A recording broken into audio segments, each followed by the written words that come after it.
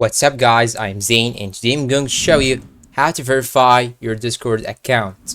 Now if you have created a new Discord account, when you open your account you will find here on the top this message right here. This is an unclaimed account, claim it before it's lost. So what you should do right now is to click on claim account. Then after that it will show you this box right here, and now you have to enter your email and password. Once you enter your email and password it will show you this message right here. So now you have to go to your email inbox and verify Discord from there.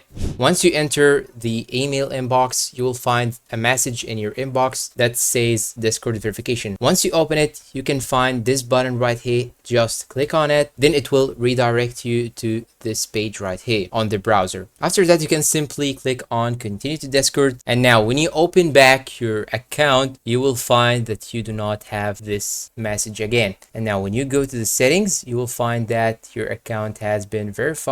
And you can also give your account more safety by adding phone number and also enable the Authenticator app. And that's all for today. If you find this video helpful, please don't forget to like, subscribe, comment, share, and see you in a new video.